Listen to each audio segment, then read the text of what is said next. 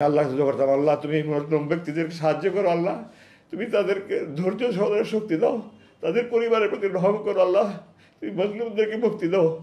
সারা রাত বিলাপ করছে, সারা রাত কান্নাকারি করছে, সারা রাত আহাজারি করছে, চিৎকার চেঁচামেচি করছে। ইন্টারোগেশনের একটা পদ্ধতি, একই প্রশ্ন বারবার করা, যেন কোনো যদি আমার বক্তব্যে বেশ কম হয় তাহলে তারা বুঝতে পারে মিথ্যার আশ্রয় নিচ্ছে, তখন ওটা নিয়ে তারা আমাকে বারবার জিজ্ঞাসা করবে।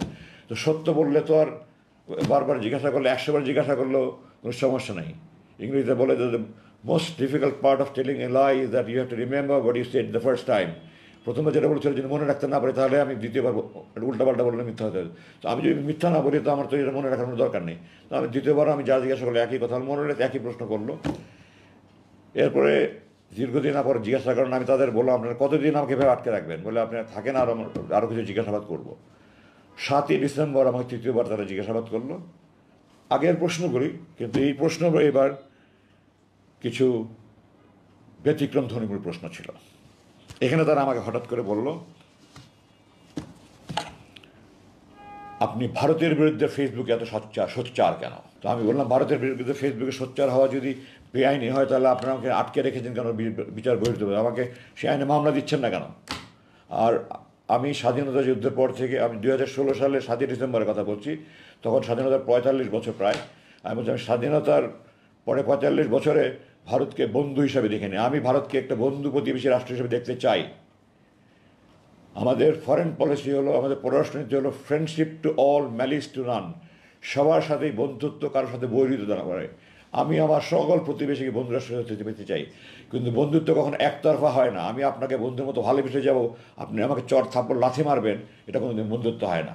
এগুলো নিয়ে আমার বিরুদ্ধে তারা খুব ক্ষুব্ধ। তারা, আমি বিস্মিত যে বাংলাদেশের কোনো একটা বাহিনী, যে কোনো বাহিনী হোক, তারা ভারতের বিরুদ্ধে আমি যদি ক্ষোভ প্রকাশ করে থাকি, তাদের এত ক্ষুব্ধ হওয়ার কী আছে? তারা কি ভারতপ্রেমী? তাহলে ভারতপ্রেমী না হলে তাদের কেন এত ক্ষোভ হবে? আমি আশ্চর্য হই না যে বিগত সরকার যাদেরকে ব্যবহার করেছে, সেই স্বার্থান্বেষী মহল, তারাও সরকারের দ্বারা প্রভাবিত, তারাও ভারতপ্রেমী ছিল, নাহলে তারা আমার বিরুদ্ধে ক্ষুব্ধ প্রতিক্রিয়া ব্যক্ত করতো না। 1971 সালে, আপনারা জানেন না, দেশবাসীর জানা উচিত এগুলো, আমরা মৈত্রী চুক্তি নামে অক্টোবর 1971 সালে আমাদের অস্থায়ী সরকার একটা চুক্তি করেছিল। সৈয়দ নজরুল ইসলাম সাহেব অস্থায়ী চুক্তি করে স্বাক্ষর করে অজ্ঞান হয়ে গিয়েছিলেন। আমার কথা নয়, আপনারা 266 দিনের স্বাধীনতা আওয়ামী লীগ অ্যাডভোকেট নুরুল কাদের বই পড়ে দেখেন। ওনার কথা আছে যে অস্থায়ী সরকারের অস্থায়ী রাষ্ট্রপতি সৈয়দ নজরুল ইসলাম স্বাক্ষর করে অজ্ঞান হয়ে গেছিলেন। ওটা চুক্তি ছিল। আমি 3টা আপনাদের শুধু দৃষ্টি আকর্ষণ করছি। 1 নম্বর, এদেশে কোনো সেনাবাহিনী থাকবে না, এদেশে ভারতের সেনাবাহিনী থাকবে। 2, এদেশে প্রশাসনে যারা মুক্তিযুদ্ধে যোগদান করেছে তারা বাদে বাকি সবাইকে অপসারণ করতে হবে। ভারতের প্রশাসনের লোক এই দেশে প্রশাসন চালাবে। এই দেশে প্রশাসনের শতকরা 1জন লোকও মুক্তিযুদ্ধে যোগদান করেনি, আপামর ছাত্ররা যোগদান করেছে। তার মানে এই দেশের প্রশাসন তাদের হাতে তুলে যাবে। তৃতীয়ত, এই দেশের পররাষ্ট্র মন্ত্রণালয় এবং প্রতিরক্ষা মন্ত্রণালয় ভারতের নিয়ন্ত্রণে থাকবে। আমি দেশবাসীর কাছে জানতে চাই, আপনারা বলেন এটা কি স্বাধীনতার চুক্তি, মৈত্রী চুক্তি না গোলামির চুক্তি? এই চুক্তি যারা করেছে তারা মীর জাফরের বংশধর, তারা এই দেশকে বিক্রি করে দিচ্ছিল। আল্লাহ আমাদেরকে রক্ষা করেছেন। আমি এগুলির বিরুদ্ধে সবসময় সোচ্চার ছিলাম। এই 8 বছরে মোট 61,000 মতো আমার হাত করা পড়েছে। আমার হাতের এখানে শত শত দাগ হয়ে গেছে। আমার চোখের এখানে, চোখ এত জোরে বাঁধতো, চোখের মনি মনে হয় ফেটে যাচ্ছে। আমি অনুরোধ করতাম একটু ঢিলা করে বাঁধেন, একটু ঢিলা করে বাঁধেন। আমার চোখে মনি ব্যথা হচ্ছে, আমার নাককে চাপ পড়ছে, আমি শ্বাস নিতে পারছি না। কোনো মায়া দয়াহীন ছিল না। আর কষ্ট লাগতো যে ছেলেগুলি রুমে আমাকে খাবার দিত বা আমাকে টয়লেটে নিয়ে যাওয়া আসা করতো, সেই ছেলেগুলি, আমি যখন 1981 সালে কমিশন হই, যে সৈনিক আমার বুট পালিশ করতো তাদের নাতির বয়সী ছেলে, আমার বড় সন্তান থেকে 10-12 বছরের ছোট ছেলে, তারা আমাকে ধমকের সুরে, হুকুমের সুরে কথা বলতো। আমার সমস্ত শরীর আগুন জ্বলতে, কিছু করতে পারতাম না, প্রতিবাদ করতে পারতাম না। ওখানে দৈনন্দিন প্রশাসন দেখার জন্য একটু সিনিয়র লেভেলের, আমার ধারণা তারা ওই হাবিলদার পর্যায়ের হবে। আমি তাদের কাছে বারবার অনুরোধ করেছি। 2-1 জন ছিল একটু সহানুভূতির ছিল, 2-1 জন ছিল, তারাও সুপারভাইজাররা আমার সাথে চরম দুর্ব্যবহার করেছে।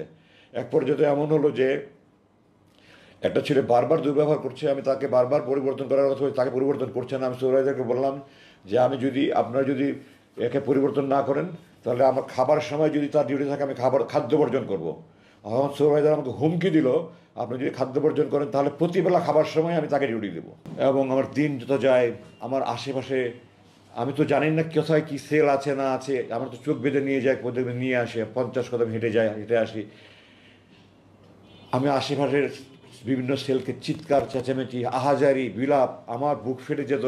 আমার তখন আমার কষ্ট যে তাদের কষ্ট আর বেশি হতো। আমি আল্লাহকে দোয়া করতাম, আল্লাহ তুমি এই মজলুম ব্যক্তিদেরকে সাহায্য করো, আল্লাহ তুমি তাদেরকে ধৈর্য সহনের শক্তি দাও, তাদের পরিবারের প্রতি রহম করো আল্লাহ, তুমি মজলুমদেরকে মুক্তি দাও। সারা রাত বিলাপ করছে, সারা রাত কান্নাকারি করছে, সারা রাত আহাজারি করছে, চিৎকার চেঁচামেচি করছে, এগুলো সহ্য করার মতো নয়। আল্লাহ যে আমাকে এখন মানসিকভাবে সুস্থ রেখেছে, কিভাবে আল্লাহর রহমত। আমি যে মানসিকভাবে পাগল হয়ে যাইনি। প্রতি রাত ক্রস ফায়ারের আতঙ্ক নিয়ে একটা মানুষ যদি দিনের পর দিন বছরের পর বছর আল্লাহর কাছে দোয়া করে, আল্লাহ এটা যদি আমার শেষ নামাজ হয়, আজকে যদি আমার মৃত্যু হয়, আমাকে শহীদ মর্যাদা যদি আমার লাশ রক্ষত অবস্থায় আমার পরিবারের কাছে পৌঁছে দিয়ে মা স্ত্রী সন্তানের কাছে, মানুষের অনুভূতি কী হবে? পৃথিবীর সমস্ত কবি সাহিত্যিক মিলে সারা জীবন লেখা শেষ করতে পারবে না, আমি আমার ভাষা প্রকাশ করতে পারবো না।